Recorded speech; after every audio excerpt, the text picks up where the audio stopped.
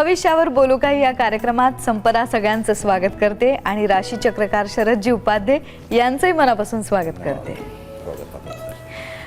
आपण एखादी वस्तू पाहतो त्या कोणत्या भावनेने तिच्याकडे पाहतो याच्यावर तिचं वर्णन किंवा त्याच्या प्रमाणे तिचं स्थान आपल्या मनात तयार होतं। एखादी बहीण चंद्राकडे भाऊ म्हणून बघते, एखादी पृथ्वी चंद्राकडे आपलाच बच्चा आहे म्हणून बघते।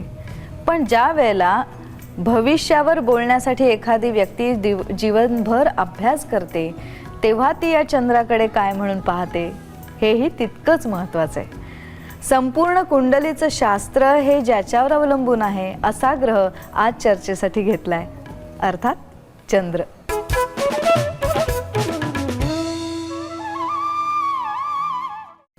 म्हणून पहिला प्रश्न शरदजी मी असा विचारेन की चंद्र हा रवीपेक्षा तेजस्वी आहे का नाही, स्वयंप्रकाशित आहे का नाही, या प्रश्नापेक्षाही पहिला प्रश्न की हे शास्त्र चंद्रावर आधारित का?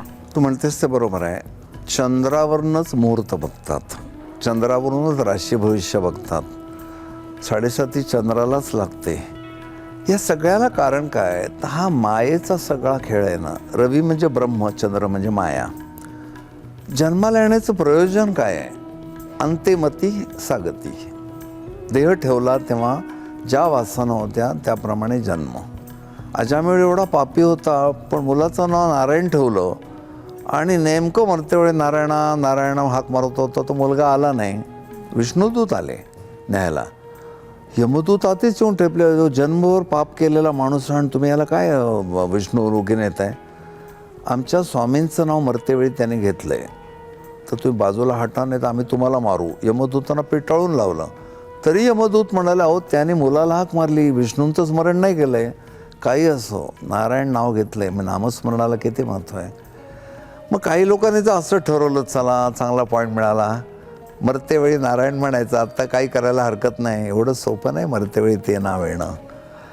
मूळ मुद्दा असे आम्ही पूर्वजन्मी देह ठेवला, काय अवस्थेत ठेवला तोच स्वभाव नेमका आपल्या राशीप्रमाणे येतो। म्हणजे आमचा जन्म ज्या राशीत होतो त्या राशीच्या वासना पूर्वजन्मीच्या आमच्या असतात आणि मग त्या पूर्वकर्मानुसारच सगळे खेळ असल्यामुळे महादशा नावाचा एक प्रकार तो ऐकला असशील। रवीपासून ते शुक्रापर्यंत दशाक्रम दिला आहे आणि त्या दशा तुम्हाला चंद्र कुठल्या राशीत आहे त्याप्रमाणे येतात नक्षत्रात। मग चंद्र म्हणजे वासना। मग समजा एखाद्या मुलाचं आणि मुलीचं लग्न झालं आहे, ज्या संसाराला सुरुवात केली आहे, खूप छान मजेत हिल स्टेशनला कुठेतरी गेलेत आणि पडले दोघांना, मृत्यू झाला। रोमॅन्टिक मूडमध्ये ते दोघे गेलेत, जन्म शुक्राच्या दशेत येतो आणि कळत ते एवढीशी मुलगी आरशासमोर राहून लिपस्टिक लावते, नटते, गजरा घालते। एवढ्या लहान मुलीला सेन्स कुठून आला? त्या लहान मुलीच्या ठिकाणी ज्याला पूर्वजन्मीची नूतन लग्न झालेली मुलगी दिसते तो ज्योतिषी। असं ग्रहमान काय येतं? ते पूर्वकर्मानुसार येतं। पण रवी जसा आत्म्याचा कारक, the sun is the very character which is at the root of our being, मुळाशी आमचं अस्तित्व आहे आणि म्हणून आपल्याला आत्म्यावर प्रेम करायला सांगितलं आहे। देह हा विनाशी आहे, देह जर आत्मा सोडून गेला तर कुचतो, देहाला वास येतो, देहाला पुरतात, जाळतात। पण आतलं तत्व किती तेजस्वी आहे। मग आत्मिक तत्वावर प्रेम करा, ज्यांचं त्याच्यावर प्रेम आहे ना त्या माणसांचं जीवन फार छान होतं। वंदनामध्ये माझी प्रस्तावना आहे 4 ओळींची, त्यात मी हा भाग हृदयाच्या गाभ्यातून उमललेलं प्रेम पाहिजे। पण ते शरीरावर अवलंबूनच नसतं, तो चंद्र। चंद्र मनाचा कारक आहे। मनैव मनुष्याणाम कारणम बंध मोक्षयो, मनाच्या सगळ्या विकारांमुळे पुन्हा पुन्हा बंध मोक्ष येतात। मग आमच्या संस्कृतीत किती छान सांगितलं आहे की तुम्ही आधी तुमचा विद्यार्थ्यांचा सगळा धर्म सांभाळा, गृहस्थाश्रम करा, पुण्य मिळतं, मग वानप्रस्थाश्रमात जा। वानप्रस्थाश्रमात का जायचं? संसार विसरायचा, ही माझी मुलं आहेत, बाळ आहेत मग, आणि शेवटी तो संन्यासाश्रम, निर्विकार, निर्विकल्प, निर्विषय असं चित्त। आणि मग त्या ठिकाणी जी छान अवस्था येते आत्मसाक्षात्काराची, तो आमचा धर्म सांगतो। चंद्र म्हणजे पूर्वजन्मीच्या वासना आणि त्यात जर नसतील तर पण जन्मालाच येणार नाही। मग तुम्ही वासना घेऊन जन्माला आलात की सगळी कुंडलीत घरं दाखवली आहेत ना तशी सगळं भोगावं लागतं। पुनरपि जननम पुनरपि मरणम पुनरपि जननी जठरे शयनम। म्हणूनच आपले मराठी मास सुद्धा हे चंद्रावर आधारित आहेत. चंद्र कुंडलीमध्ये चंद्र ज्या स्थानी आहे असं म्हटलं जातं, त्याचा अर्थ काय? ही 12 घरं आहेत ना, ते क्रांतिवृत्ताचे 360 अंश आहेत. सूर्याभोवती पृथ्वी ज्या मार्गाने फिरते त्याला क्रांतिवृत्त म्हणतात. मग त्याचे 30-30 अंश करून एक राशी केली आहे आणि ती एक एक राशी ज्याला पूर्व क्षितिजावर येते. मग पहिलं स्थान म्हणजे पूर्व क्षितिज, त्याच्याबरोबर समोर पश्चिम क्षितिज 7वं स्थान. मग त्याच्यानंतर ते 4थं स्थान म्हणजे पाताळातलं, मध्यरात्री सूर्य कुठे असतो तिथलं, रात्री 12 ते 2. आणि समोर ते दशमस्थान म्हणजे माध्यान्नीचं. रामप्रभू जन्माला आली ती वेळ दशमस्थानाची, श्रीकृष्ण जन्माला आले ती वेळ 4th स्थानाची. हे असं सगळं दिशांचा जसा बोध होतो तसा वेळेचा पण होतो. पूर्व क्षितिज म्हणजे पहिलं स्थान. मग 2-2 तासांनी सूर्योदय जसा जसा पुढे पुढे जातो ना, तशी अँटी क्लॉकवाईज घरं अशी मोजत जायचं आपण. ह्याला स्थानं म्हणतात. आपण केव्हा तरी या मालिकेत जेव्हा 12 स्थानावर बोलू ना, तर एक कुंडलीचं डेमॉन्स्ट्रेशन मी देईन तुला, मग जास्त कळेल. आता चंद्र हा ग्रह आणि याची शीतलता हे एखाद्या व्यक्तीला कसं कुंडलीवर अनुषंगून? चंद्राची शीतलता तुम्हाला डोळ्याला दिसते. ह्याला तुम्हाला असं वाटेल की चंद्र शीतल आहे, पण तो पृथ्वीपासून खूप जवळ आहे. 2,38,857 मैल हे त्याचं अंतर आहे आणि सूर्य 9,30,03,000. तर शीतलता म्हणतेस तू, ही शीतलता ही केवळ तो सूर्यास्तानंतर आम्हाला जो चंद्र दिसतो त्या आकाशात सूर्यच नाही, तर ज्या वेळेला विद्वानाचा प्रवेश होतो सभेमध्ये, त्याला बाकीचे कसे नृत्य होतं, तसं सूर्योदय झाला की तारे निष्प्रभ होतात, चंद्र निष्प्रभ होतो. पण आम्हाला रात्रीच्या अंधारात तो दिसतो. त्या दृष्टीने पाहिलं डोळ्याला तो शीतल आहे. पण जे ॲस्ट्रॉनॉट जाऊन आलेले आहेत त्यांनी जे वर्णनं केली त्याची, हे सगळं बघता एका कवीने लिहिलेलं मला चारोळी आठवते. तो म्हणला, एकदा नील आर्मस्ट्रॉंग पुण्यात आला आणि रिक्षात बसल्यावर तो म्हणला, याच्यापेक्षा चंद्रावरचे खड्डे बरे होते, असं त्याने उत्तर दिलं होतं. तर तिथेही वातावरण तसं आहे. आम्हाला डोळ्याला दिसतो तेवढ्यापुरतं नाही, तिकडचं टेम्परेचर, गुरुत्वाकर्षण सगळं वेगळं वेगळंच आहे. आपण कवी कल्पना करून ते छान असं म्हणू शकतो. चंद्र हा ग्रह एखाद्या व्यक्तीवर कसा परिणाम करतो? जसं तुम्ही सूर्याचं उदाहरण दिलं, तसं चंद्र हे विशिष्ट राशीच्या व्यक्तीवर कसा परिणाम? चंद्र हा उपग्रह आहे, तो सूर्यमालिकेतला स्वतंत्र ग्रह नाही. मग तो चंद्र पत्रिकेत वासनांचा कारक आहे. आम्ही आईच्या उदरी जन्म घेतो म्हणून तो मातेचा कारक आहे. एखाद्या माणसाने प्रश्न विचारला, मला मातृसौख्य कसं मिळेल, तर चंद्रावरनं कळते ह्याची आई कशी आहे, हिचा स्वभाव कसा आहे. आईमुळे केवढे संस्कार मुलावर होत असतात ना. आई दिसली नाही की मूल वेडपिस्सं होतं. मग चंद्र मातृस्थानाचा कारक, चंद्र वास्तुस्थानाचा कारक. मध्यरात्री आईच्या कुशीत पडलेलं मूल वास्तूमध्ये, म्हणून स्वतःची वास्तू, स्वतःचं घर हे चंद्रावरनं बघतात. पुरुष बाहेर किती काम करो, पैसा मिळवो, संध्याकाळी जेव्हा घरी येतो तेव्हा त्याला जे काय आराम सुरक्षितता मिळते ते बाहेर नाही. चंद्र मातेचा कारक, चंद्र मनाचा पण कारक, आणि मनाने तो आनंद आपण घेतो किंवा नाही वगैरे घेतो. अशा अनेक गोष्टी चंद्रावर अवलंबून आहेत. चंद्र हा मनाचा कारक आहे, म्हणजे अर्थात भावनाही त्यात सगळ्यात महत्त्वाच्या आल्या. मग एक प्रश्न असा की प्रत्यक्ष आपण आपल्या हाताने काहीही पाप केलं नाही, पण आपलं मन कुठेही भरकटतं ना, त्या मनाने केलेलं पाप त्याची शिक्षा आपण भोगतो का? त्याच्यावर एक फार सुंदर आध्यात्मिक दृष्टांत कथा आहे. एक वेश्या आणि पतिव्रता समोरासमोर राहत होत्या. कोणाचं कोणावर श्रद्धा बसेल नेम नसतो. ती पतिव्रता इतकी सुंदर होती दिसायला, पण दैववशात पूर्वकर्माप्रमाणे तिचा नवरा महारोगी. चांगल्या माणसाशी लग्न केलेलं, पण कोणाला काय म्हणून प्रेडिक्शन देताना पॅच मेकिंग करायचं, त्याला महारोग झाला. त्या काळात औषधही नव्हती, बरोबर तो सडायला लागलं त्याचं शरीर, पण ही बसून त्याच्या पट्ट्या बदलायची, जखमा पुसायची, अत्यंत गलिच्छ काम ते करायची. हे सगळं वेश्या बघायची आणि तिला इतकं त्या बाईबद्दल आदर निर्माण झाला. वेश्या ह्या दिवसा झोपतात, तर ती झोपताना पण तिला नमस्कार करून झोपायची.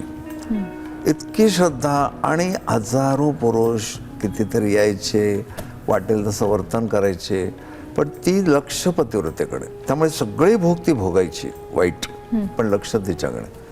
एके दिवशी अशी नमस्कार करायला तर गर्दी दिसली, तर ती गेली पतिव्रता. कोणाचं मरण केव्हा असेल, आयुष्य सरता प्राणी मरे, कुंडलीतल्या 8व्या स्थानावर मरण कळतं. आपलं श्रद्धास्थानच गेलं आणि ती वारली पतिव्रता. तर तिला अत्यंत दुःख झालं. तिने पण वरून उडी मारली आणि आत्महत्या केली. आपल्या शास्त्राप्रमाणे दोघीही त्या प्राप्त झाल्या. ते एक दिवस असतात, तो दिवस दिवा ठेवतात मग दक्षिणेकडे. त्या गतीने दोघी चित्रगुप्ताकडे प्राप्त झाल्या. तिथे निवाडा होतो. तर तो निवाडा असा झाला, 7 स्वर्ग आहेत, त्यापैकी सगळ्यात वरचा स्वर्ग वेश्येला द्यावा आणि कनिष्ठ स्वर्ग पतिव्रतेला द्यावा. निश्चितपणे बायका असल्यामुळे थोडंसं तिथे पण मनात आलंच तिच्या, की ज्या बाईने एवढ्या पुरुषांना भोग दिले, नित्य व्यभिचार हाच जिचा धर्म, तिला तुम्ही वरचा स्वर्ग देता आणि मी माझ्या पतीशिवाय कोणाचा स्पर्श करू दिला नाही, खालचा स्वर्ग आता काय निवाड आहे तुमचा. तर त्यांनी दोघींनी बोलवलं आणि सांगितलं आता खाली बघा पृथ्वी तलावर. दोघींनी बघितल्यावर त्यांना आपल्या देहाची चिमूटभर राख झालेली दिसली. म्हणजे तू जे वर्णन करतेस ना, हिचा देह भोगला आणि मी देहाला कोणाला हात लावू दिला आणि देहाचं पावित्र्याच्या गोष्टी करतेस तू. आता काय आणलंय तुम्ही? वासनेचा कोश आणलाय, जो चंद्राच्या अंमलाखाली असतो. या वासना कोशात आम्हाला असं दिसतंय, ही वेश्या सतत पतिव्रतेचं चिंतन करायची. देहाने तिला भोग प्राप्त झाले, तिने भोगले, पण ती देहात गुंतली नाही. तिच्याकडे जो माणूस आला त्याच्यावर तिने कुठेही एन्जॉयमेंट केली नाही. पण तिचं मन त्याही काळात तुझ्या कायम तिच्या मनात पतिव्रताच वास करून होती, म्हणून खरी पतिव्रता ती. आणि महारूप झालेल्या नवऱ्याची सेवा करता करता तुझं लक्ष तिच्या माडीकडे असायचं. किती गुलजार पुरुष येतात तिच्याकडे, सुंदर सुंदर, आणि तू कितीतरी पुरुषात मेंटली इन्व्हॉल्व्ह झाली होतीस. खरी वेश्या तू आहेस. कारण का, तू एवढ्या पुरुषांबरोबर मानसिक व्यभिचार केलास. नशीब समज आम्ही तुम्हाला खालचा स्वर्ग देतोय.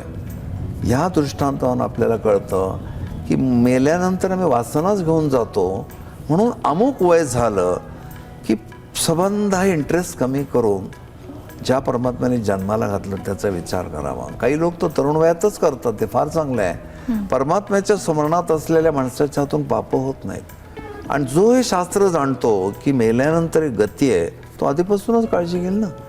मग मुली वयात आल्यावर आई लगेच सांगते की नाही, काय वेडीवाकडी झोपतेस तू, सासरी काय म्हणतील आम्हाला, तुला कळतं ना सासरी गेल्यावर असं होणार. पण तू जाणार आहे एके दिवशी, तुला उभं करणार आहे, ती तयारी कोणी केली का? त्या प्रांतात करन्सी कुठली आहे? लंडन अमेरिकेला जाताना $1 पाहिजेत, पण तिथे करन्सी वेगळी आहे, ती निर्माण केली पाहिजे. ह्या दृष्टांतानं कळतं वासना घेऊन जातो, त्याप्रमाणे त्या विकाराप्रमाणे त्या राशीवर जन्म येतो, पुन्हा सगळं चालू होतं. रत्न कोणतं परिणामकारक ठरू शकतं या मनाचा जो कारक आहे चंद्र? आता मनाचा कारक ग्रह चंद्र, चंद्राचं रत्न मोती. पण त्या मोत्यात भानगडी एवढे आहेत, धड खरा मोती कोणालाच माहिती नाही, ज्याला बसारा मोती म्हणतात. हा मोती स्वाती नक्षत्राच्या पावसाने शिंपल्यात पडून तयार होतो. स्वाती नक्षत्राचा पावसाचा थेंब त्या जातो शिंपल्यात, त्यातनं तयार होतो तो ऑरेंज कलर रिलीज करणारा मोती. बापरे. आणि बाकीचे जे सगळे मोती आहेत ते कल्चर्ड मोती. पण हे ओळखता येऊ प्रिझम शकतं? टेस्ट करता येतात. म्हणून कॉस्मिक रे थेरपी नावाचं जे शास्त्र आहे, त्या शास्त्राप्रमाणे प्रिझमनी ते रत्न चेक करायचं. त्या रत्नातनं ऑरेंज कलर येत असेल तरच तो खरा मोती. आणि साधा मोती असेल तर फिजिक्सच्या नियमाप्रमाणे 7 रंग दृश्य वस्तू परावर्तित करते. कुठली दृश्य वस्तू 7 रंग परावर्तित करते. रत्न सिंगल कलर परावर्तित करतो. माणिक लालच रंग देतं, म्हणून माणकाचं महत्व. Gems are important in teletherapy because they release single colour असं म्हटलंय. पण आपल्याकडे ती पद्धत बघत लाल दिसलं माणिक. मग त्या प्रत्येक रत्नाचे रंग, कॉस्मिक रेज, त्याचे फायदे, हे सगळं माझ्या राशीचक्र पुस्तकात एक मोठं आर्टिकल लिहिले, दूर उपचार पद्धती म्हणून, त्यात दिलेले रत्नही औषधी आहेत. बरोबर. पण मग असा एक उत्तम जाणकाराकडनं मोती मिळाला तर त्याचा प्रभाव हा कसा होतो? त्याच्यासाठी थोडंसं मी तुला पुढच्या सेगमेंटमध्ये विस्ताराने सांगतो. नुसता मोती म्हणून उपयोग नाही, हो. तो सोनारही चांगला मिळाला पाहिजे. बोलूया आपण त्याच्यावर. म्हणजे जसं आम्हाला नुसतं भविष्याची ओढ असून चालत नाही, सांगणार आहे तितकंच योग्य असायला पाहिजे. या ग्रहानंतर या ग्रहाचा परिणाम कोणत्या राशीवर जास्त आपल्याला दिसतो? की असा तुम्ही म्हणता तसा स्वाती नक्षत्राचा थेंब पडून तयार झालेला मोती जर आपल्याला सुदैवाने सापडला तर तो किती परिणामकारक ठरतो? तो मोती तुम्ही टेस्ट करायचा प्रिझममधनं. तो मोती सिलेक्ट केल्यावर पुढचा प्रश्न येतो सोनार. सोनाराने कुठला भाग स्पर्शित करायचा, त्याचा एक अपेक्स असतो. त्या अपेक्समधनं रेडिएशन येतात. तो अपेक्स खाली टच करायचा आणि मोती हा चांदीमध्येच रिझल्ट चांगला देतो. विलक्षण सुंदर रत्न आहे, शांतपणा आणतं. बायकांचं भाग्य रत्न आहे. विशेषतः प्रसूती झाली आहे ज्यांची, त्यांना हे रक्तस्राव वगैरे झालेला असतो, तो मोती फार लवकर भरून काढतो. आणि बायकांच्या सगळ्या मासिक धर्माच्या विकारांवर मौक्तिक अमृतवल्ली आहे मोती. मौक्तिक भस्म बघ, त्याच्यावरच्या लिटरेचरमध्ये हे लिहिलेलं आहे. चंद्र या ग्रहाला धरून आणखीन एक मनात प्रश्न आहे की हा समूहाचा ग्रह आहे असं म्हणतात. म्हणजे आपल्या लोकप्रियतेशी त्याचा संबंध आहे, प्रसिद्धीशी आहे, कीर्तीशी आहे, तो कसा आहे ते सांगा. लोकप्रियता ही चंद्राच्या अंमलाखाली येते आणि फेम, कीर्ती ही रवीच्या अंमलाखाली येते. मोठमोठे साधू संत सत्पुरुष यांच्याबद्दल आपल्याला आदर आहे. ते कीर्तिमान झाले. विवेकानंद कीर्तिमान झाले. युरोपला गेलेले असताना ज्या घरात ते राहिले होते तिथली एक सुंदर मुलगी आणि इतकी भाळली त्यांच्यावर, कारण गोड होते दिसायला विवेकानंद. गळ्याला मिठी मारून त्यांना म्हणाली, मला तुमच्यासारखा मुलगा पाहिजे. तर ते म्हणाले, मीच आहे ना रेडीमेड. असे कीर्तिमान लोक जे असतात ते रवीच्या अंमलाखाली. पण समाजाचं प्रेम ज्याला मिळतं, लोकप्रियता, हे मोठमोठे नट आहेत त्यांना मिळते लोकप्रियता, ज्याच्या मागे समाज धावतो. पण तोच समाज कधी कधी त्याने दगड पण मारतो. म्हणून लोकप्रियता वारांगणेसारखी आहे आणि कीर्ती पतिव्रतेसारखी आहे. माणसाने कीर्तीच्या मागे लागावं. कीर्तिमान भव असं आशीर्वाद देत, लोकप्रिय भव असं म्हणत नाहीत. लोकप्रियता म्हणजे समूहाच्या मनाला हात घालणारे लोक, हे अभिनय करणारे वगैरे. पण त्यांच्या पर्सनल लाईफ बद्दल जेव्हा कधी कधी कळतं, श्रद्धेला तडा जातो, मग प्रॉब्लेम होतो. म्हणून चंद्र म्हणजे लोकप्रियता, रवी म्हणजे कीर्ती. आज एवढंच बास, इथेच थांबूया.